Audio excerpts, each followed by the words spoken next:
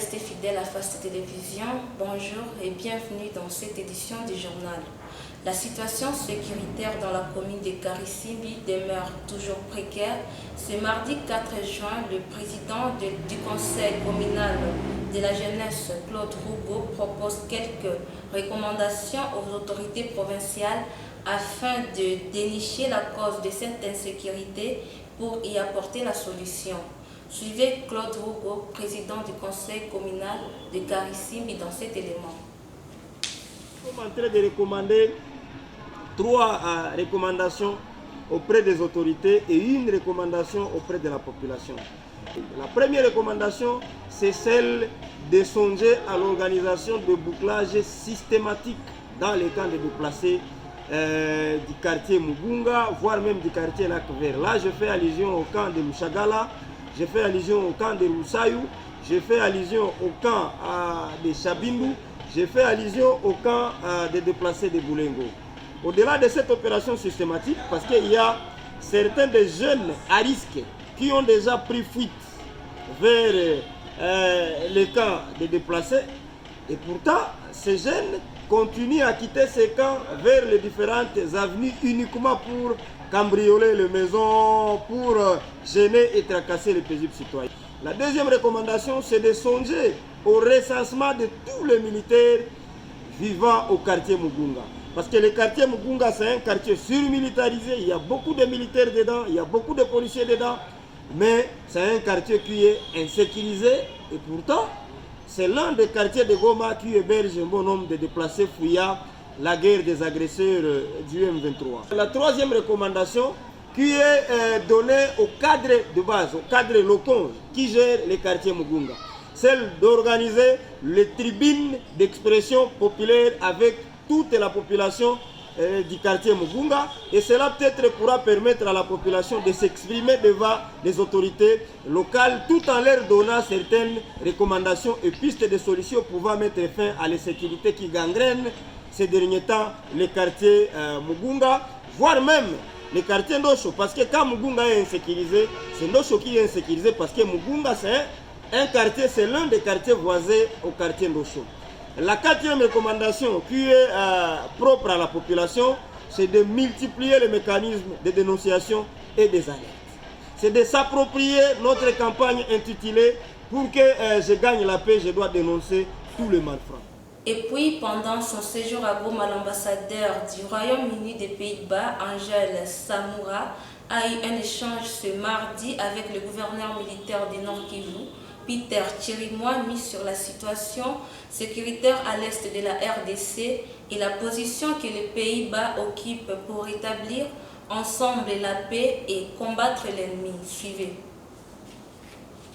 Je suis ici dans une façon de voir la situation sécuritaire, d'avoir des discussions avec, par exemple, monsieur le gouverneur et aussi des autres organisations à Goma pour nous familiariser avec la situation à ce moment. On a discuté la position néerlandaise vis-à-vis le Rwanda et on a réitéré encore la position que, selon nous, le Rwanda doit se retirer de la territoire congolais pour aussi faciliter ou avancer une solution pour la paix, pour une solution diplomatique. Bon, les Pays-Bas sont des amis de RDC. Bien sûr, ce qui se passe en RDC, surtout la situation en l'Est, nous inquiète énormément. On voit la souffrance et aussi on essaie d'être avec les victimes. Bien sûr, on veut que la situation se finisse et que les déplacés peuvent aller chez vous parce que ça c'est ce qu'ils veulent. Et on est là pour accompagner l'RDC pour trouver des solutions. On est ensemble, ça surtout. Vous n'êtes pas seul et vous n'êtes pas invisible. C'est très clair et ça c'est aussi pourquoi Madame la directrice est ici pour vraiment se renseigner et voir personnellement ce qui se passe ici et pour transmettre cette message aussi encore plus fort à La Haye et à Bruxelles. Après la sortie du gouvernement Toulouka, le président du parti Leadership et Gouvernance pour le Développement, Augustin Matata Mpogno, pense que la crise de la confiance qu'a la population envers les autorités du pays mettra à mal l'actuel gouvernement. Il recommande au chef de l'État, Félix Tshisekedi, de tout mettre en œuvre pour rétablir cette crise afin de donner une chance de réussite au gouvernement Toulouka. Les détails dans cet élément de nos confrères de Radio Okapi. Souhaitons la chance au gouvernement. Ce gouvernement va se buter à un obstacle qui ne sera pas franchi. C'est la crise de confiance qui existe entre le pouvoir et la population. Monsieur Alain, laissez-moi vous dire, en économie, la confiance joue un rôle clé. Rien d'excellent, rien de durable, rien d'extraordinaire ne peut être fait sans la confiance. La confiance, c'est la fondation de toutes les réformes qui peuvent être entreprises par le gouvernement. Et je crois savoir si il y a un conseil à donner, et là ce n'est même pas au gouvernement, ça c'est au chef de l'État, c'est de pouvoir préalablement rétablir la confiance qui a disparu. Elle passe par quoi oui, il passe par quoi ce rétablissement de la confiance? Bon, écoutez, il appartient au président de la République de savoir qu'est-ce qu'il faut faire pour rétablir la confiance. Je ne suis pas là pour donner des avis sur cette question. Je crois que le président de la République est bien placé pour savoir quelles sont les voies qu'il doit suivre. Sinon, sans la confiance, il n'y a rien qui peut être fait. Parlons éducation. À Goma, dans l'est du pays, aucun incident s'est déclenché durant les 2 jours de la passation de cette épreuve nationale ENAFEP. Confiants par la réussite, certains finalistes devant la caméra de Fast TV témoignent que l'ENAFEP édition 2024 était facile et adaptée car, dit-il, toutes les questions étaient de la matière vue. Je vous propose de suivre quelques écoliers qui sont... Je pense que je serai secondaire parce que j'ai bien travaillé. Parce que tous les examens que nous avons fait, toutes les questions sont déjà étudiées. Je suis à 6e année primaire. Je me sens bien. Parce que les examens étaient très faciles. C'était facile. Bonjour, nous avons déjà enseigné tout ça. La question la plus facile est l'os le plus long du corps humain, c'est le fémur. Parce que ce qu'on a mené, c'est tout ce qu'on a déjà été. Et pour clôturer cette édition, le président de l'Assemblée nationale, Vital Kamerhe, a été reçu ce lundi 3 juin 2024 par le président de la RDC, Félix Tshisekedi. Dans leur échange, ils ont touché sur l'investiture du nouveau gouvernement d'ici le 11 juin 2024, a précisé Vital Kamerhe. Suivez les détails dans cet élément. Récemment investi à la tête du bureau définitif de l'Assemblée nationale, Vital Kamerhe a été reçu le lundi par le président de la République, Félix Antoine Tshisekedi. Le nouveau speaker de la Chambre basse du Parlement a présenté au chef de l'État sa vision du député national relooké dans son estime et sa considération.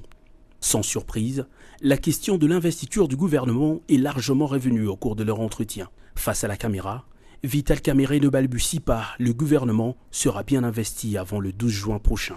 Et ça sera entre le 10 et le 11, ce n'est pas un secret, parce que nous devons d'abord recevoir Madame la Première ministre avec son programme, et celui-ci sera multiplié en 500 exemplaires que je remettrai à chaque député. Et selon les règlements de l'intérieur, chaque député devra s'en imprégner pendant 48 heures. Donc je ne sais pas fait autrement. Donc Madame la Première ministre, qui nous suit à ce moment, si elle veut être investie le 10, elle doit déposer le 8. Reconnaissant le mécontentement affiché par certains chefs des regroupements politiques de l'Union sacrée après la sortie du gouvernement, le président de l'Assemblée nationale en appelle à la retenue et à la priorisation de l'intérêt général. Nous devons mettre fin à ce genre de discussions qui nous dégradent parfois. Nous devons trouver des solutions à nos problèmes sans donner l'impression au peuple que nous sommes en train de nous partager un gâteau derrière son dos. Et voilà pourquoi nous allons parler avec les députés. Je viens de parler avec le président de la République. Il m'a en tout cas rassuré que la province d'Imaniema, qui était oubliée, va être finalement reprise dans le gouvernement. Je voulais voir le président va commencer les consultations des différents groupements politiques des maires qui sont représentés et à l'Assemblée nationale et qui ont eu des ministres au gouvernement. Il avait lui aussi été investi il y a peu comme président du bureau provisoire du Sénat et le demeure malgré l'élection d'un nouveau doyen, règle constitutionnelle oblige. Pascal Kinduelo a dans une démarche institutionnelle présenté au chef de l'État Félix-Antoine Tshisekedi l'évolution de la procédure devant conduire à l'élection du bureau définitif de sa chambre. Le bureau d'âge a un timing pour préparer les bureaux définitifs. Et là, nous sommes satisfaits parce que mes collègues sénateurs et moi-même, et nous sommes réellement dans le bon, et dans le sens que d'ici 10-15 jours, et le bureau d'âge aura terminé sa mission qui lui est confiée par la Constitution et les règlements d'âge. Ce n'est donc plus qu'une question de jours pour que toutes les grandes institutions du pays soient légalement investies. Et voilà, chers téléspectateurs de Fast TV, nous sommes à la fin de cette édition du journal. Merci à vous de l'avoir suivi et portez-vous bien.